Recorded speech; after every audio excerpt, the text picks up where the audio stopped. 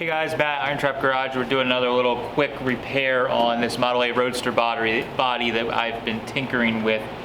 So now that we got the patch behind the door done, the door skin's done, everything's working its way back and it's pretty good. I had done the wheel well previously before we even filmed any of this stuff quite a long time ago. There's a couple little patches at the front that I need to address, but we'll get to them after we do this kind of off camera. So one thing we need to take care of is this rear corner is a common spot on pretty much but most Model A's, whether it's a Roadster, a Coupe, or whatever. And it's this bottom corner right where it meets the rear subframe or sub-rails cross rail that connects across the back underneath the rear panel. And a lot of times these get rotten and crusty and they get poorly repaired over the years. This one is has not escaped that. So what has happened is this got thin and rusty and someone actually built this up with MIG weld. And they also MIG welded the bottom of the panel into the sub rail. So I don't know, I didn't actually dig in here to see. Maybe underneath of this there might be some filler, I'm not sure, but something isn't right here where there's a big gap. They tried filling it with MIG weld, and also they tried to fix thin pitted metal with just more MIG weld, and of course it just got thin all around. It cracked and broke, and it's kind of crappy. So we have a replacement patch panel here. Again, we're just getting normal stuff you can get from Max or Brookville or any of those companies, and I'm going to show you guys the process for replacing it and the things that I run into. So the first thing is that this patch goes into the wheel well. It has a little bit of extra lip material here, which is going to be needed in this corner right here. We're going to leave this little flap here that's actually on the rear sub rail crossbar section. We're going to leave that on. I'm going to try and slice right along where this was welded to the rear sub rail, and then there's a bunch of extra material on this inside edge where it meets up with the rear panel, and we're gonna have to just see what we can do to modify that to get that looking right. I can already see that there's like zero shape in this piece here, so it may require a little bit of extra work, but we will just show you the process along the way. See what happens.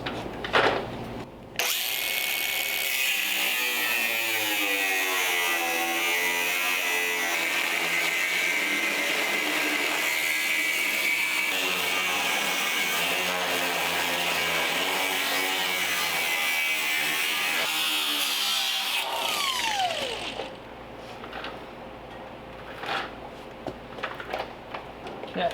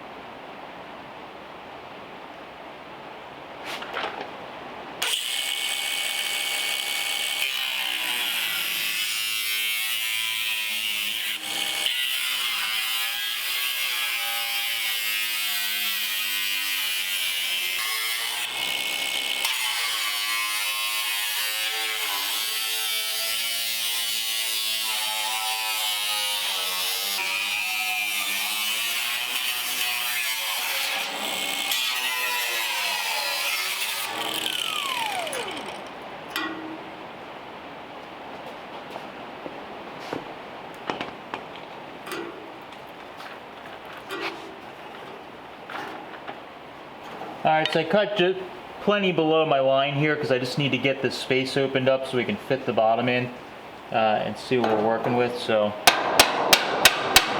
using this little seam splitter, there's a set of these, Eastwood actually sells them, I really like these. It's the straight one, but there's bent ones, and they're good for just knocking off spot welds or remnants of metal like this. It's what I call a wrecking tool.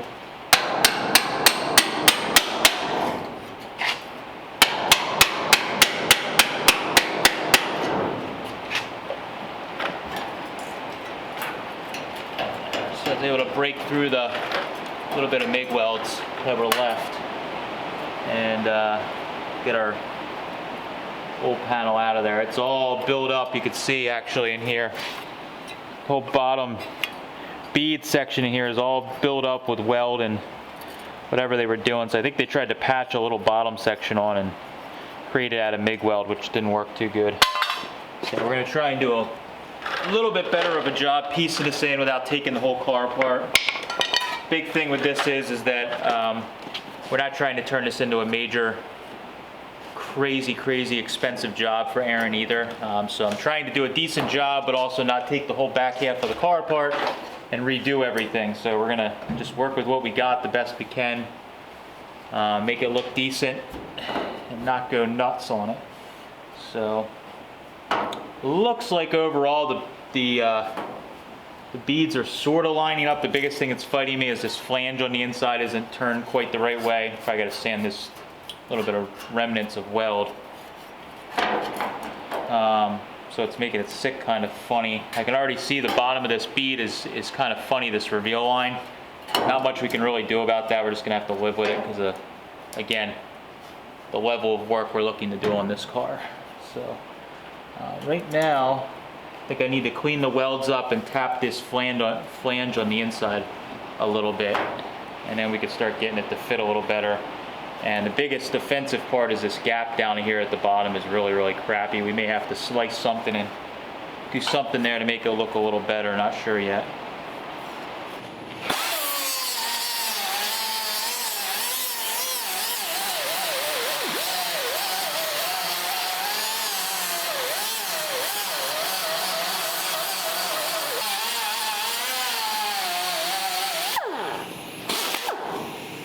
Whoops.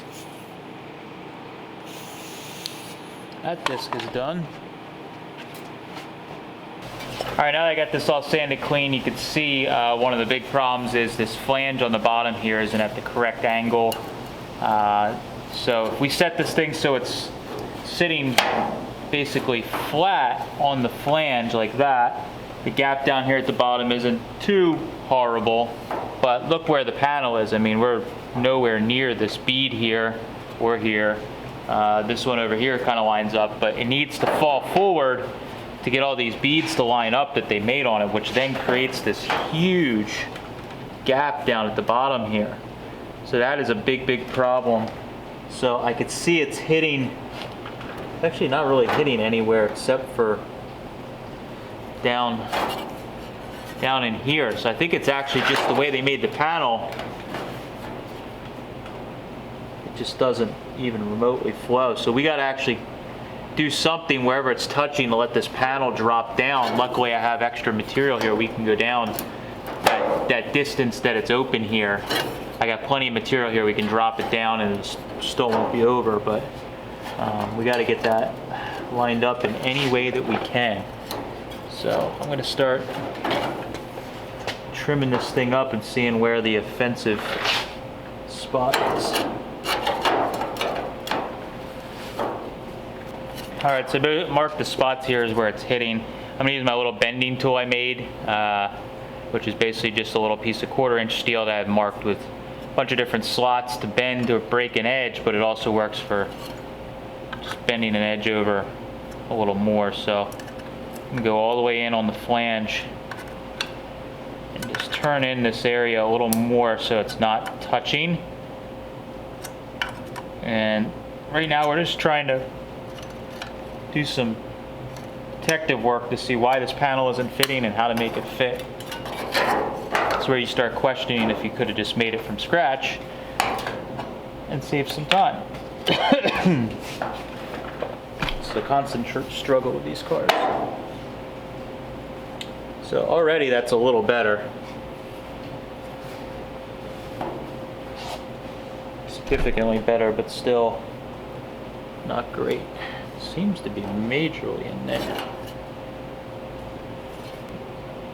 I think we're gonna have to get rid of this whole flange on this side and let everything drop down. Right in here, points touching, it actually needs to kind of go down in. I'm wondering if we need to cut this edge off and create a new bottom edge or a portion of it.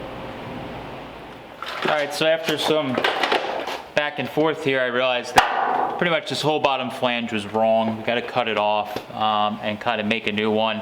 Sometimes it's easier to do this than fight with it for days or just force it into place. So now with the bottom flange cut off, I can slide this sucker down and get it basically touching on that bottom edge there. Now we obviously want a little bit of gap to put our flange under, but what we're seeing is, got my marker here. So we keep multiples in the pocket.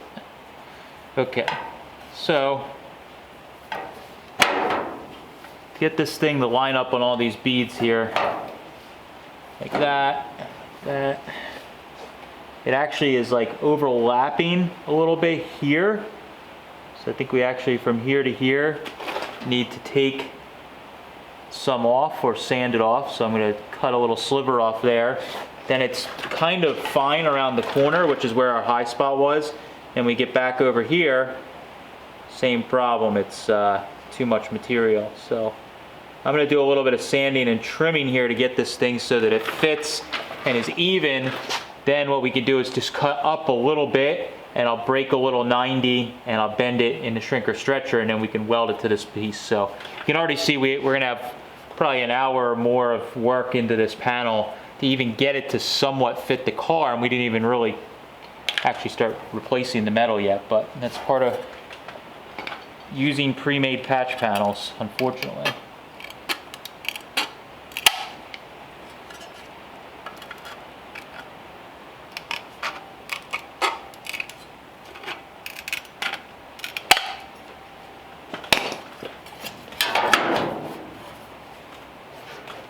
Better.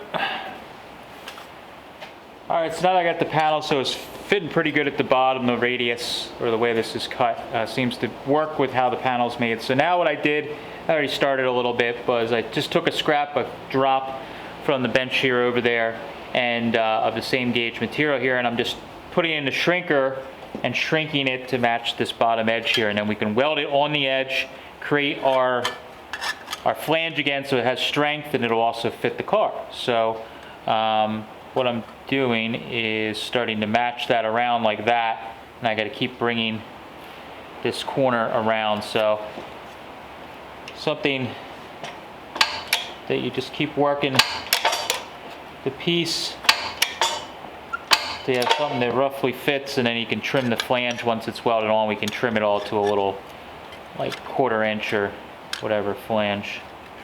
So we're getting that, so like that. That's fitting, so we can go back to here, come around a little more with that one.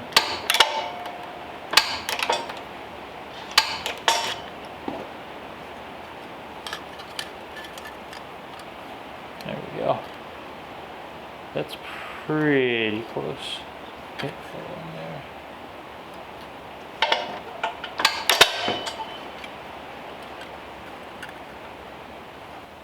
It's actually pretty good. I can trim any excess that's hanging off the front off when we're done. So just trying to get a flange here made that will fit. Go hit one little one there.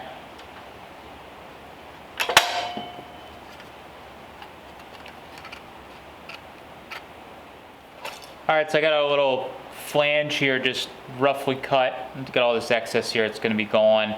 And basically it goes in the wheel well there, so we'll trim that a little bit. But now we got it with the stitch weld magnets in place.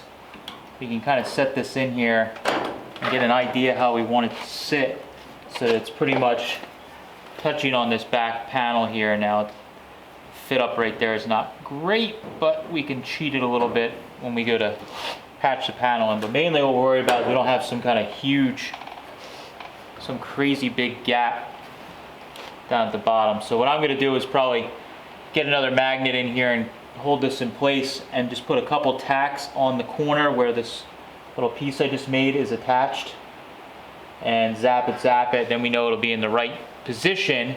Then we can take it off. I'll run a weld along that seam, knock it down, and then we can tweak it a little bit as we go to get it to fit. But that's a quick way to do it without having to fight that old flange forever. I think this will work out pretty good.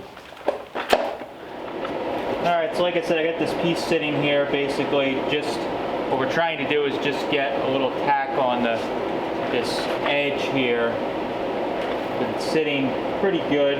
Got a fairly consistent gap around here. Then we can adjust it a little bit once it's in. But I'm just trying to get this tacked. I have this turned down to like 31 or 32 amps to weld the seam. I might weld a little higher when we're actually going, but since we're on an edge here, it's going to want to burn away.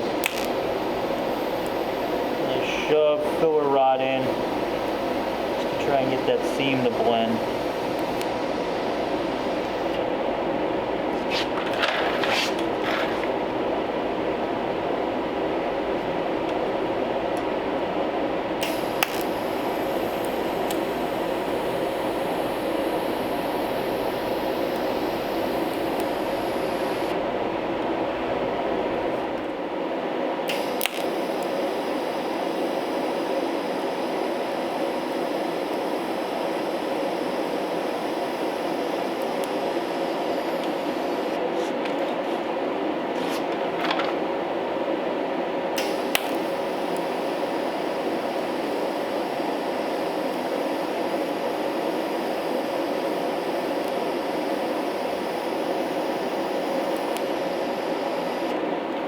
Alright, so I got this started to get it tacked in place. This thing is definitely, the shape of it is, and the size of the beads aren't quite exactly the same, so I'm kind of having to hammer and dolly and move stuff over. So I got it tacked from here over.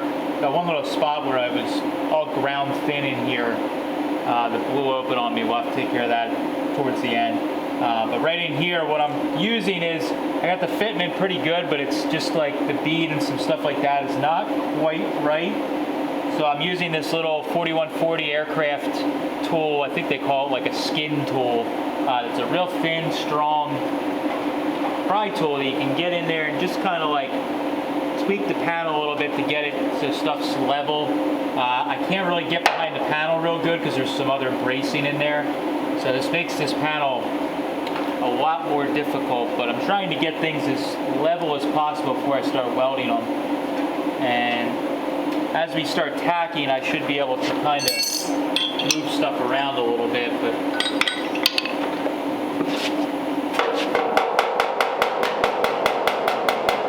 one of the biggest problems we're having is the bead is more pronounced on the factory bead versus the bead in the patch. So this has more of a round peak to it, and this is a flatter bead. So I'm gonna have to probably weld and then kind of like, as it's hot, kind of beat itself into it to shrink it in.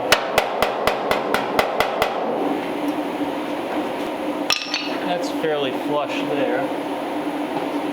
Still tack on it. So I've turned the amps up to 35 amps, and I'm actually, for this section, because I'm trying to get a little dab of filler in there, I went up to 1/16 the rod, and I'm barely dabbing any on there, but it's helping with, the metal is really thin on the factory stuff. So as soon as I can get a little dab off, I'm letting it melt in and then stopping. And like I said, now that this is still hot,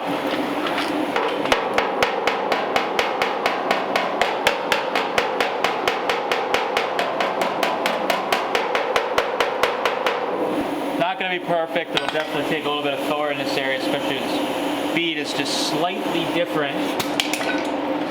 It may take just a little bit of schmutz to get it evened out, but hopefully it won't be too bad when we're done.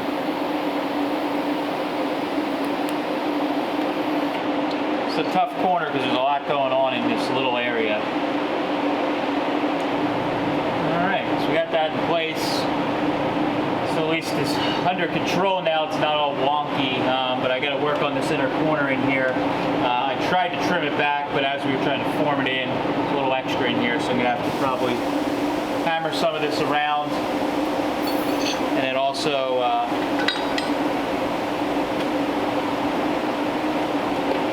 probably trim a little bit of it.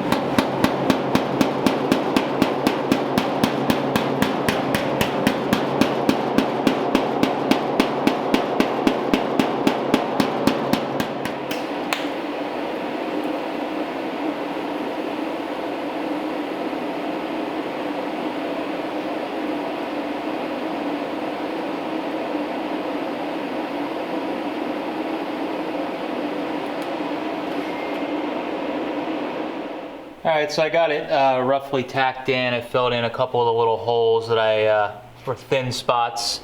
They were a little funny. We got everything pretty much flowing in pretty good. That bead there fought me definitely. And then I just gotta weld right in there. But you can see the gap at the bottom's not too bad.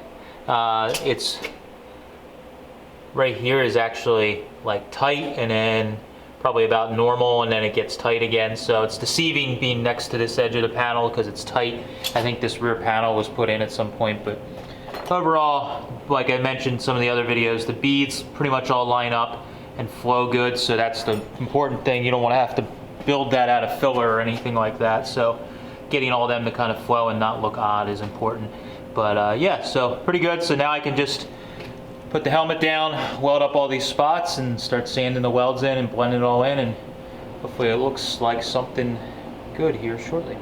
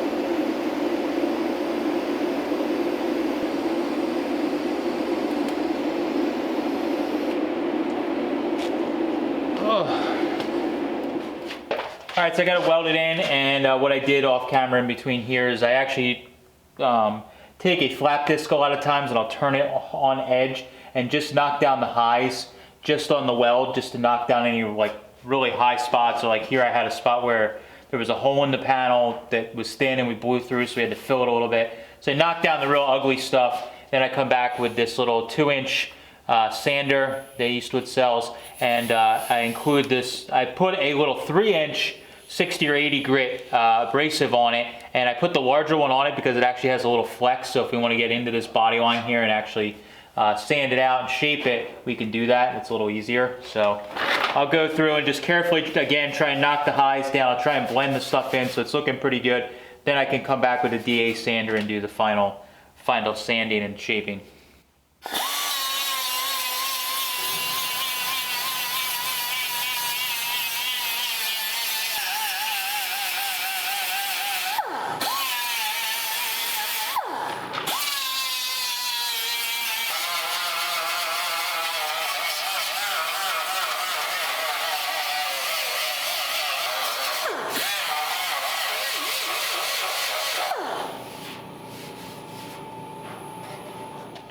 All right, so I got the patch welded in, hit it with the DA sander, tapped it around with a hammer the best I could. The big problem here that I ran into, where this will need just a little bit more filler than some of the other panels I was doing, is that this shape right here on this panel was completely flat, and this up in here has some curve to it. I really should have probably put it in the sandbag or the English wheel and rocked the shape out to give it some more shape. So because of that, this transition right here where it goes from more of a rounded shape to flat, there's going to need a little bit of filler in there. But again, with this car, I would have had to cut out the inner structure and get in there and get a hammer in there to kind of bang it back out. You could also possibly do some stud gun type work to get it out and get it a little bit better. But again, for this car, we're just trying to get not big rust holes in the car. So it's better than it was. It's acceptable, as I like to say, and just a little bit of filler and it'll be good to go. So that is just some of the work it'll take. These rear corners are a lot of work, even though it's a small area. These patch panels, every single one I've ever seen that people try to use, requires like a ton of work to get them to fit. So I would definitely highly suggest, if you have the tools to do it, making a patch with a bead roller might be a little bit better, to be honest, because at least then you didn't pay for it and you could spend the time to make sure that it's right from the get-go. I was working with pre-bought patch panels, but in the end it was probably a toss-up and the work probably wasn't as nice as I would have liked if I made it from scratch. But hey, it's done. It's good. It's definitely good enough for this car, and we can keep moving on to the other patches, which we have just the whole other side. So yeah, hopefully you guys enjoyed and you got a couple of little tips out of this. This is just some down and dirty rust repair work, how I do it, how I would handle it, and is by no means the only way to do it. So thank you guys for watching. Appreciate it. Catch you later.